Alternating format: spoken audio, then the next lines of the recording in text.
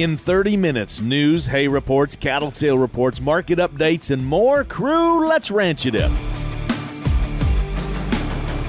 Good day, everyone, and thanks for riding with us as we ranch it up. I'm Jeff Tigger Erhardt. And I'm Rebecca Wanner, a.k.a. Bec. A big thanks goes out to our Ranch It Up lineup, the American Gelbvieh Association, Abrahamson Rodeo Company, Westway Feed Products, Neogen, Allied Genetic Resources, LivestockMarket.com, EquineMarket.com, AuctionTime.com, RFD TV, the Cowboy Channel, and Wrangler.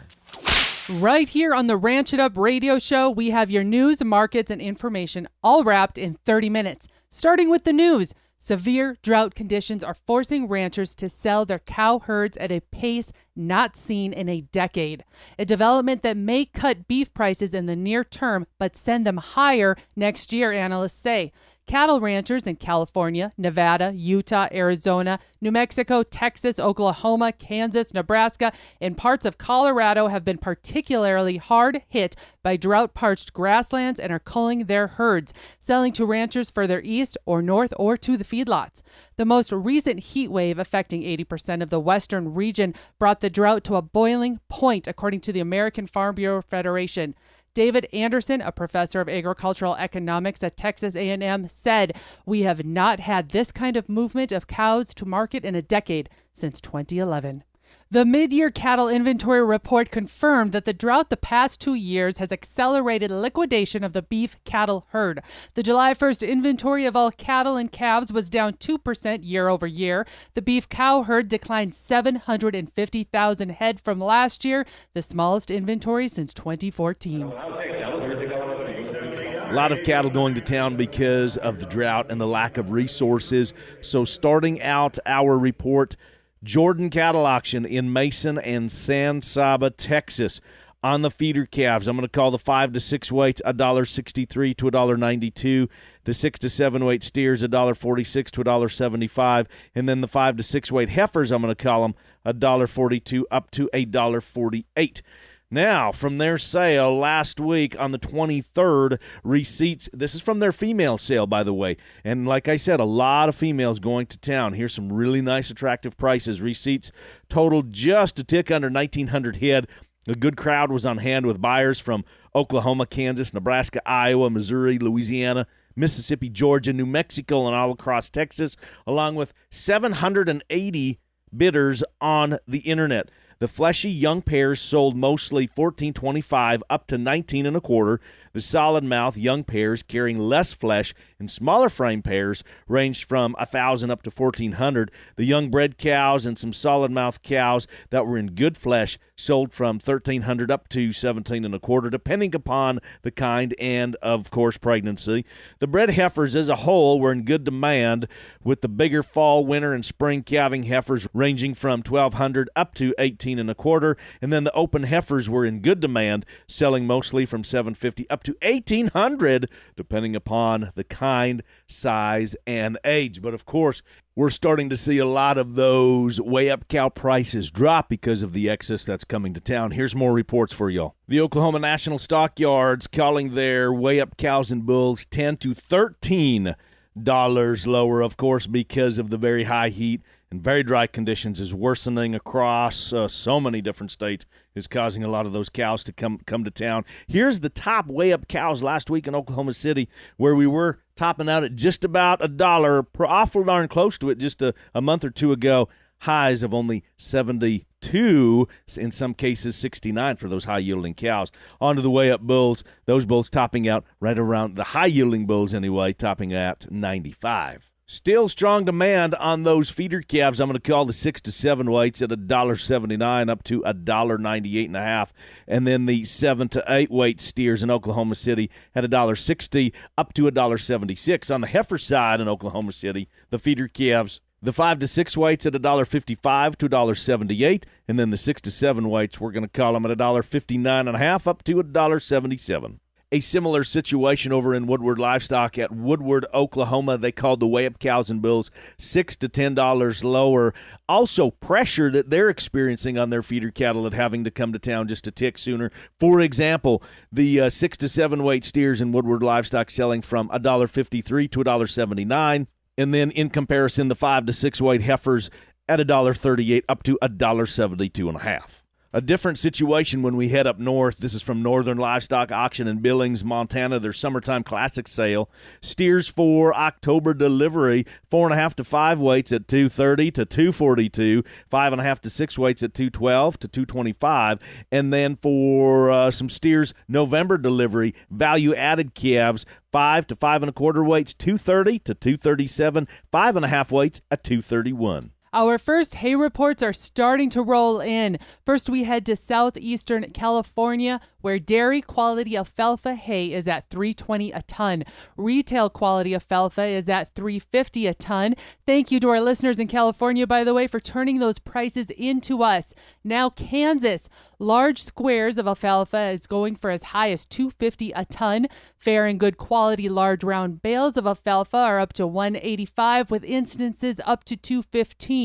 Large grass rounds around the $140 mark on up to $160. South to Texas, large squares of alfalfa with quality ranging from fair to good is $250 up to $385. Large round grass bales, we're talking Bermuda grass, depending on quality, $70 all the way up to premium quality Bermuda grass at $310 a ton.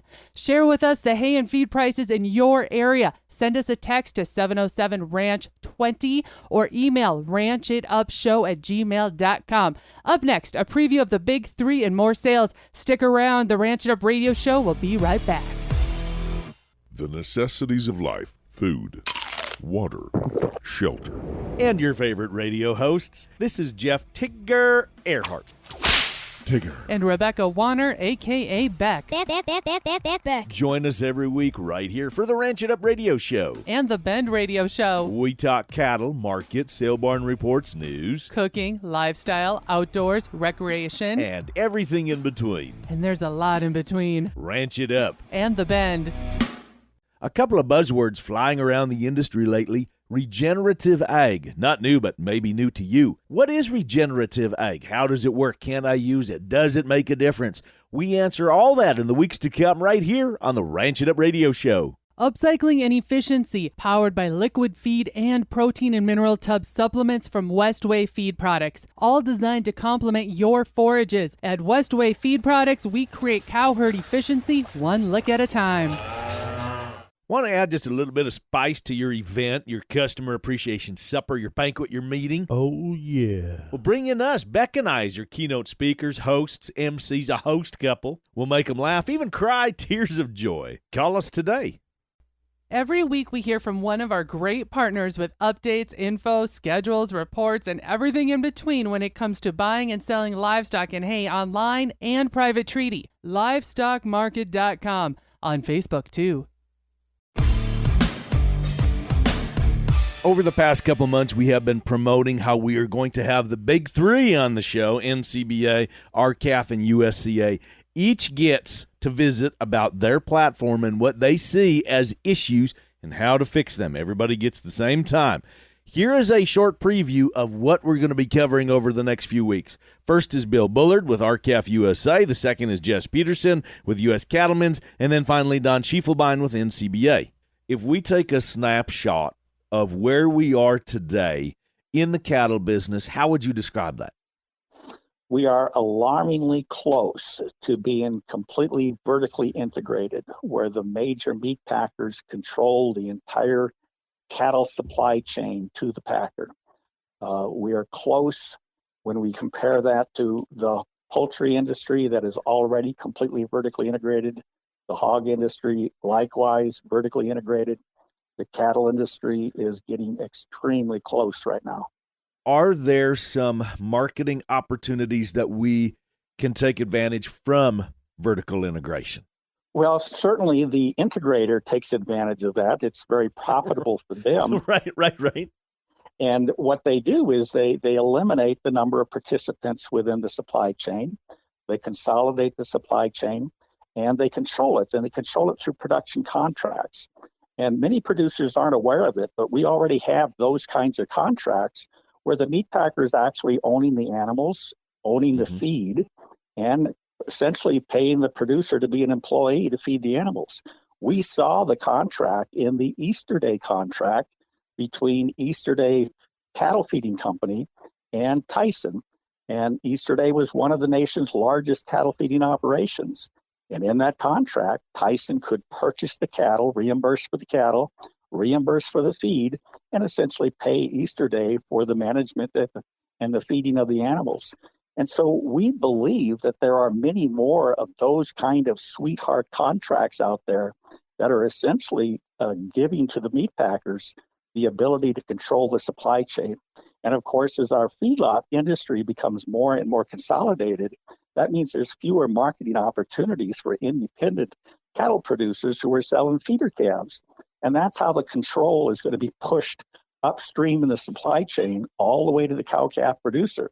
They're going to have limited options with which to sell their calves, and those options are going to come with requirements in terms of production practices that they must meet in order to have their cattle eligible for purchase in the marketplace.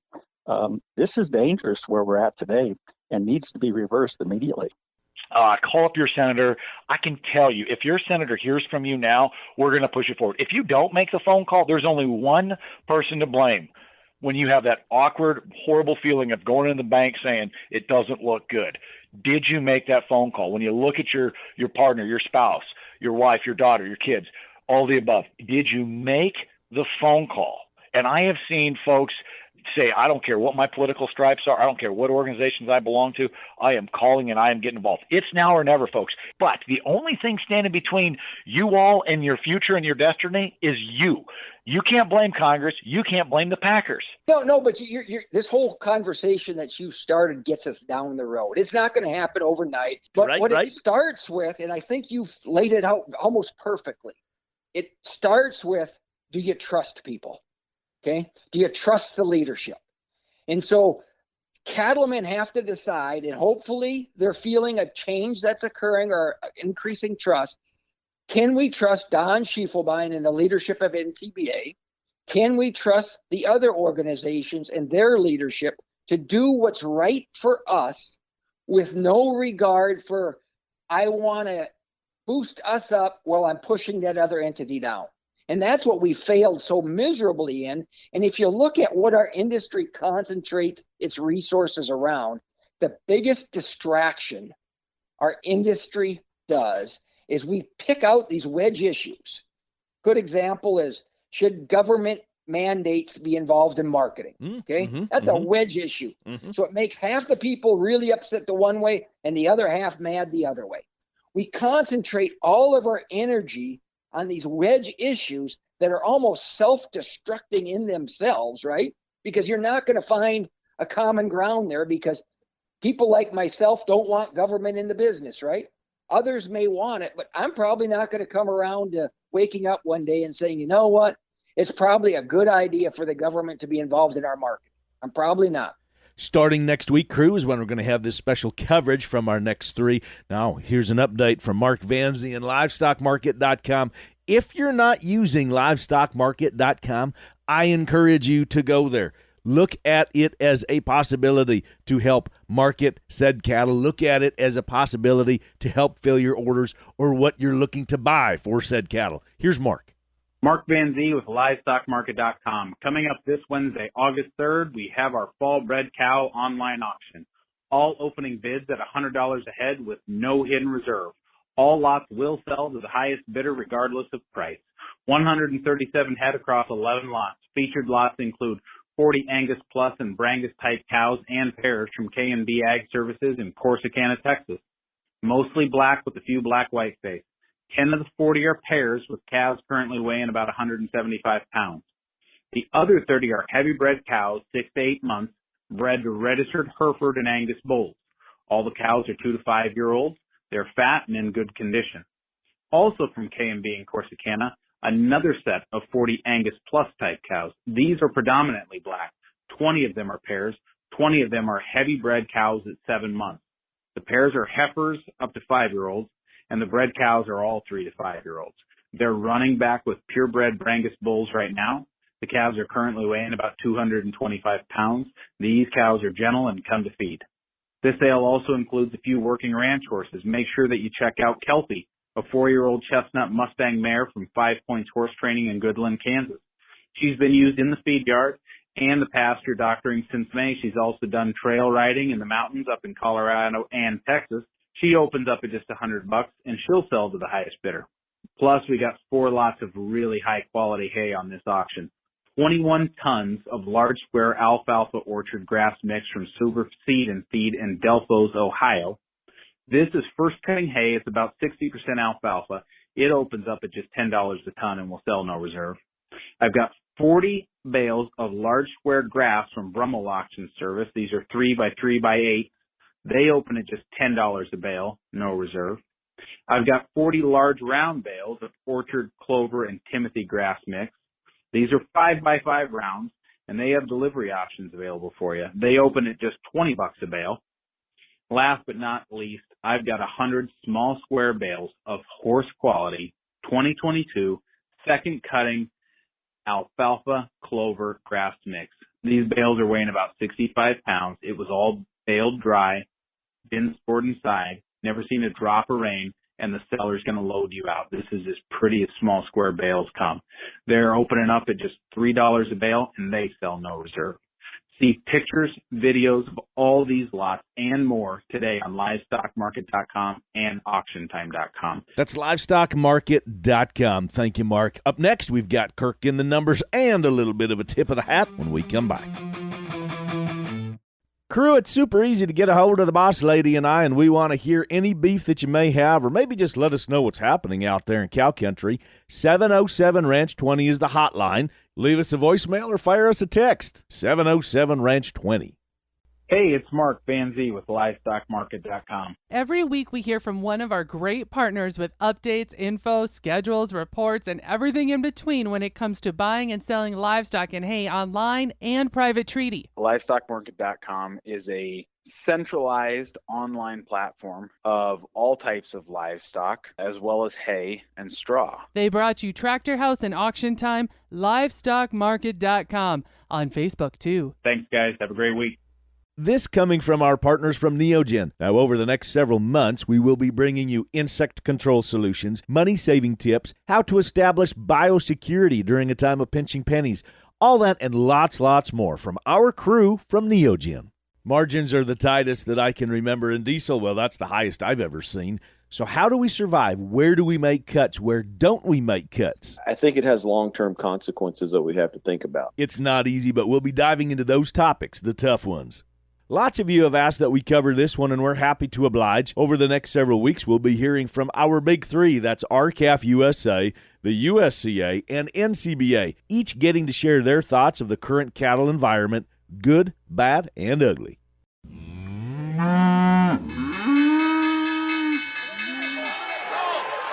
Welcome back, everyone. Thanks for staying with us. Kirk Donsbach, StoneX Financial Incorporated. Kirk, you heard me reporting a lot of the numbers, especially from the southern part of the state. You know, feeder cattle settling fairly well.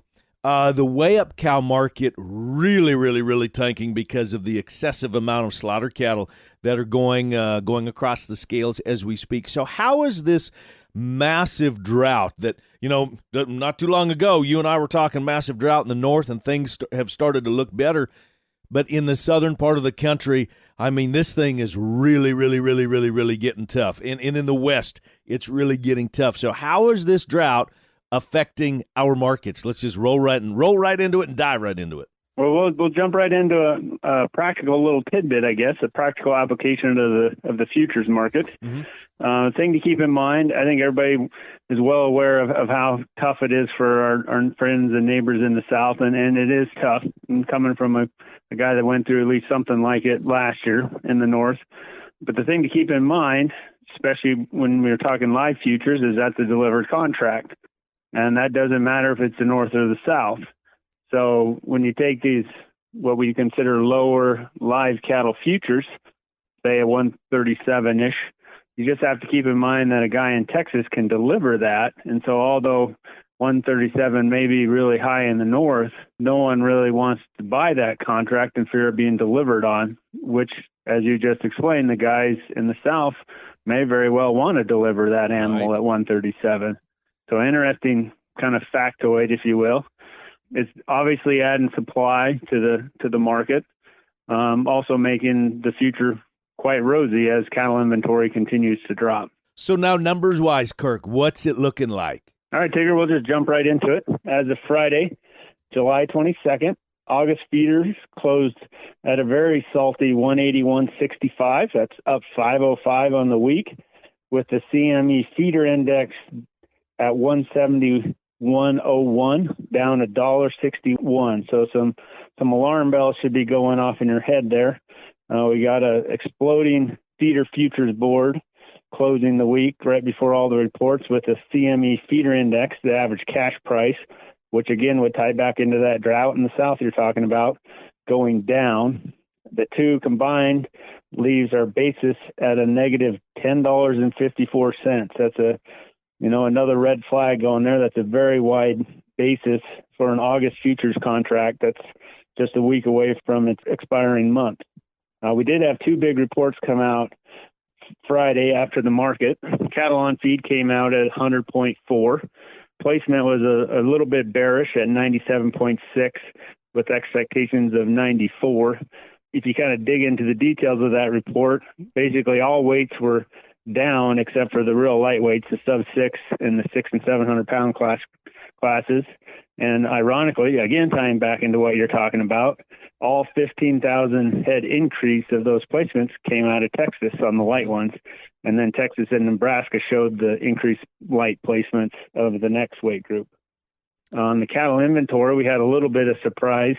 And note, this is July 1st to July 1st, but it showed beef cows at 98% and the calf crop at 99%. And that concerns me a little bit with a futures board that's $10 over cash. Some of the contracts are real close to setting life of contract highs.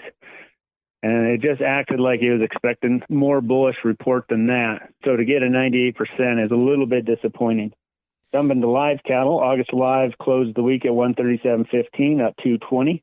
Cash traded 136 to 39 in the south, 140 to 43 in the north, leaving the 5 area weighted average at 140.65, down $1.44, and our basis at a more realistic positive $3.27.5.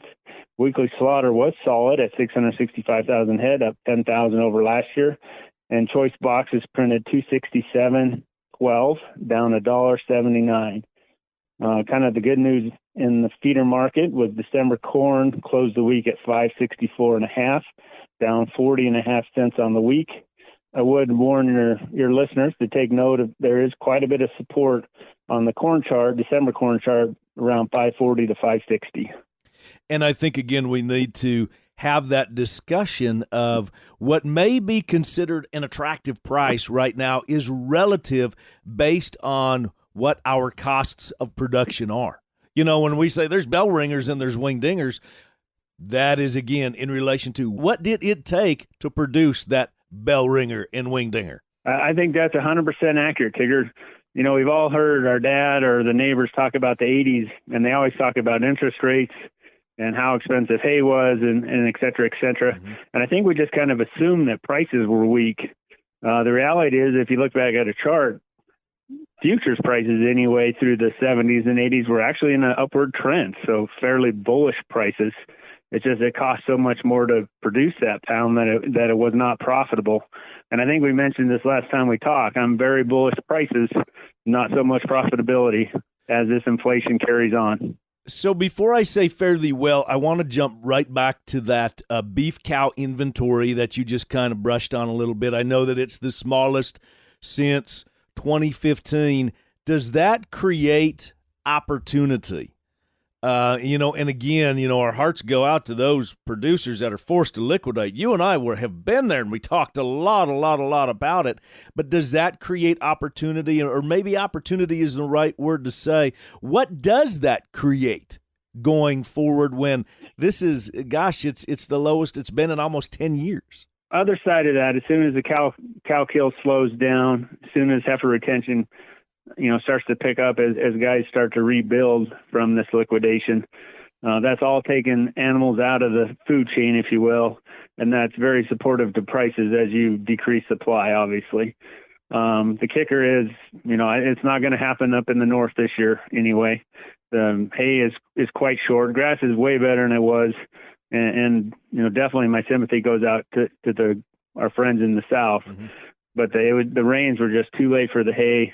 Hay's 200 to 250, and I just don't see that expansion happening in the North, or us buying some of the cows that were sold further south and bringing them up, because the winter costs are just going to be too high. So people wanting some more information is the best way to start out with your newsletter, I'm assuming? Absolutely, Tigger, and they can subscribe to it by texting CATTLE, that's CATTLE, to the number 33777. I said it last week, and I'm going to say it again this week.